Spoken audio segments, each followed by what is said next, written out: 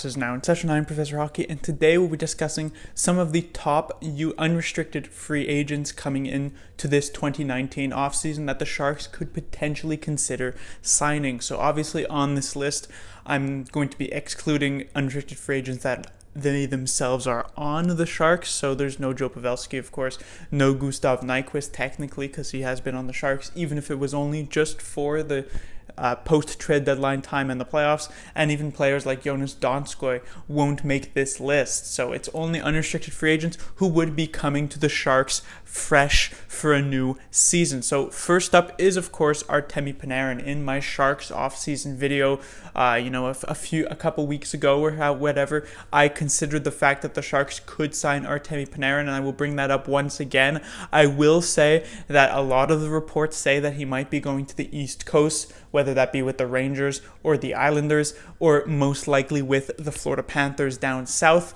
But there were also some reports that he might be looking west to a team like the Los Angeles Kings. And if you're looking at the Los Angeles Kings, I don't think it's too far of a stretch to assume you must be looking at the San Jose Sharks in the same state, same type of weather, same type of atmosphere, maybe a bit different, as LA is more of a famous type of city, I guess you could say, but still pretty similar weather and all that. So I'm sure Panarin wouldn't hate to come to San Jose, and so he is a big option. He was great with the Blue Jackets this season. He had a very good playoffs for them as well, was key in being able to sweep the Tampa Bay Lightning in the first round, and was still pretty good against the Boston Bruins despite a few mistakes in that second round. So Panarin would be huge, and we saw what he was able to do with Columbus after his first couple years with the Blackhawks, where people were saying he might be a product of Patrick Kane. He comes to Columbus, he turns Cam Atkinson, who was a good goal scorer at the time, into what was ended up being a 40-goal scorer. So who's to say he wouldn't be able to do the same with someone like Timo Meier? Imagine a line of Panarin, Couture, and Meier. Meier could also become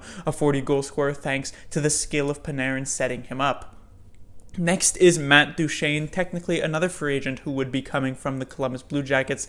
73 games played for him, 31 goals, 39 assists, and 70 points. Also had a relatively solid playoffs, 10 games played, 10 points. Was also very important in sweeping the Tampa Bay Lightning and had a pretty solid series, including an overtime game winner against the Boston Bruins. Matt Duchene, sort of in a similar position as John Tavares was. I don't think he's as hyped up, as I don't think Duchene is as good as Tavares, but if Tavares was offered, reportedly $13 million by the Sharks themselves, I suspect Duchene might be able to hit into the double-digit numbers, although probably not much higher than, let's say, $10 million. If the Sharks were to go for Duchene, it would be a bit of a logjam at center, even if you consider Thornton retiring.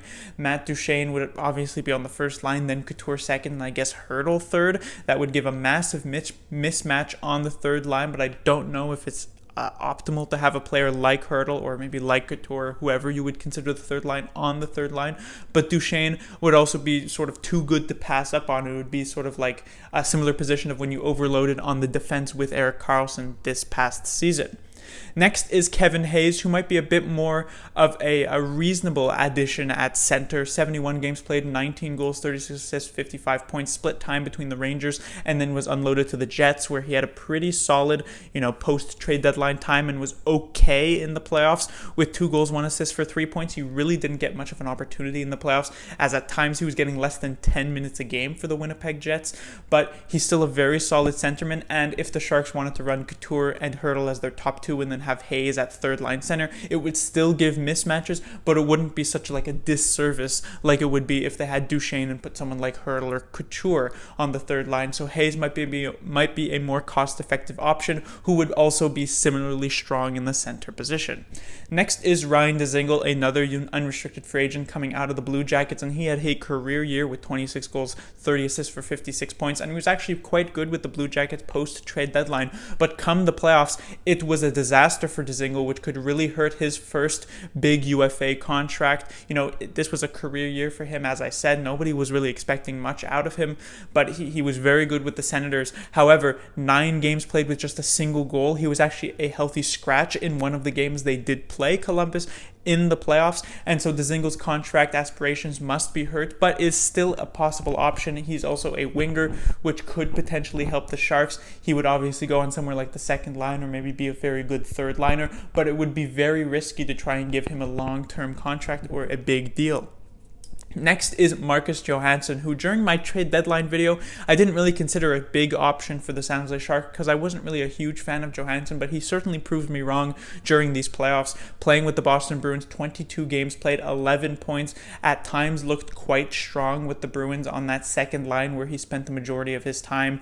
And so 58 games played in the regular season with just 30 points isn't that bad, especially, again, that does consider 24 games injury. You could probably add a good 10 or so points to that total to make it seem a bit more respectable. So Marcus Johansen could be a bit of a cost-effective option. I would doubt Johansen would sign with the Sharks. I feel like it's likely he stays east, maybe go back to Washington, maybe stay with the Bruins, or who knows. I don't think it's likely he comes to the Sharks, but he is potentially an option, and a cost-effective one at that, for still a solid player.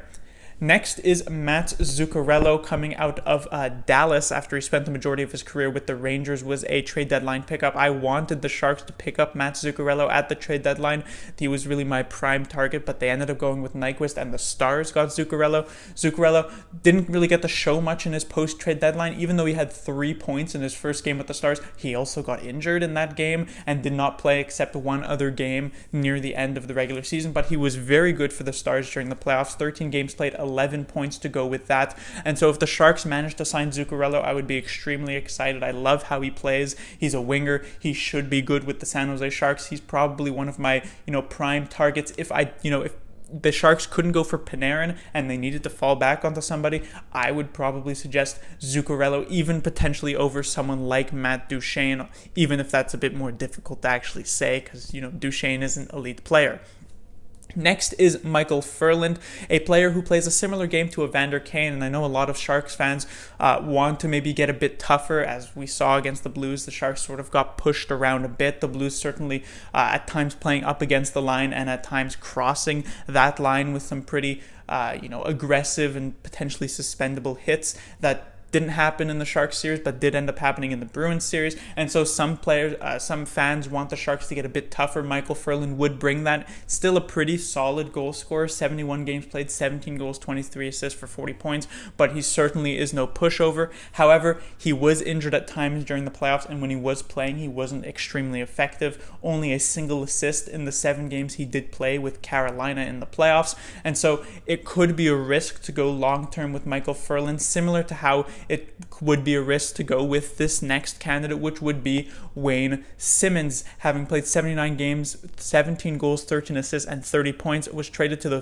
Predators and was basically invisible for them post-trade deadline. He then played in the playoffs, only got to play up to Game 2, early in Game 2 before he got injured and didn't play the rest of the playoffs, so it's hard to really gauge his playoff performance on that. But Simmons could end up being a big dangerous pickup for any team, and especially the Sharks if they were to go for someone like him. It could end up being like the Milan Lucic contract that the Edmonton Oilers are now currently stuck with. Simmons, or it could potentially also just be a down year, having played with a Flyers team that wasn't that great, and then coming to a new place like Nashville. So maybe in a completely change of pace where Simmons has time to acclimate with the team, with the training camp and a preseason, Simmons could get back to that power play specialist 30 goal kind of guy, but I think it would be extremely risky, and I wouldn't want the Sharks to pick him up.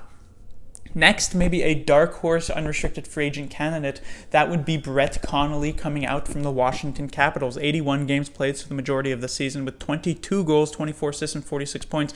And Brett Connolly is not one of the players who was playing with that top 6 that is in Washington.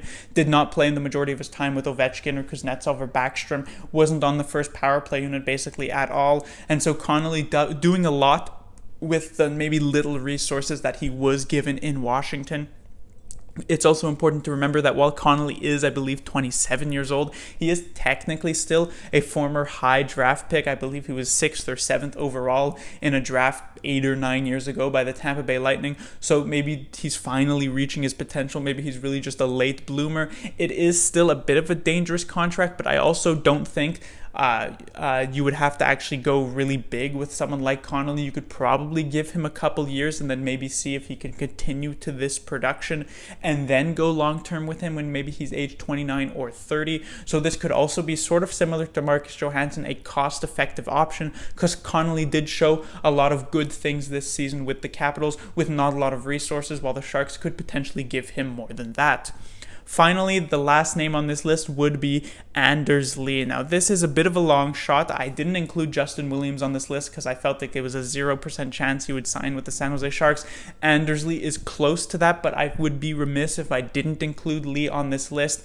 He is the captain for the Islanders, and he sort of had like that shot at Tavares after Tavares left for Toronto that, we want players committed to the Islanders or whatever. And so it would be a bit awkward if Lee actually did leave, but he doesn't have a contract with the Islanders yet. Lee is a fantastic player, one of the better goal scorers in the league. He's a former 40 goal scorer recently, and it's not just necessarily a product of Tavares, because even on the Islanders this season, playing with worse players on paper and playing in a system that doesn't necessarily encourage offense all that much, although he did probably play a good amount of time with Barzal, he still managed to get 28 goals, 23 assists for 51 points.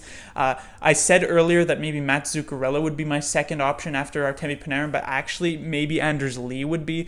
Anders Lee plays that game that every coach loves. He's not necessarily a sniper. He's not going to be able to take shots from the slot and perfectly put them top corner, but he goes for the garbage goals, which is what you want, especially in the playoffs. His playoffs weren't particularly impressive, but then again, 8 games, 1 goal, 3 assists for 4 points. The Islanders were a team that got swept by the Hurricanes in the second round, so it's hard to really get too many goals at that point. So Lee, very, very good player. And again, I would doubt he actually leaves the Islanders. It's likely he stays. But if he does end up deciding that he wants to leave New York, I would say basically every team is an option. I don't think there's really many reports going around about him. And the fact that there isn't so many reports, you could potentially actually get him for a bit of a steal of a contract, somewhere in the, let's say, $7 million range, or maybe slightly less, and that would probably be a huge steal for someone of Anders Lee's caliber. But that will do it. The Sharks, again, as I've said multiple times in multiple different videos, have a very interesting offseason going forward. They have so many different paths that they could take, whether that be to try and really go for Erik Karlsson. Do they try and just play it safe and keep Pavelski and keep the majority of the core together? Do they want to go risky and try and make a big splash in free agency, maybe near the top end or maybe near the middle tier area, like with a Lee, like with a Zuccarello, like with a Hayes? There's just so many different options here for the San Jose Shark, and I feel as though that by the start of the next season, we might end up with a very different feel around the San Jose Sharks. Class dismissed.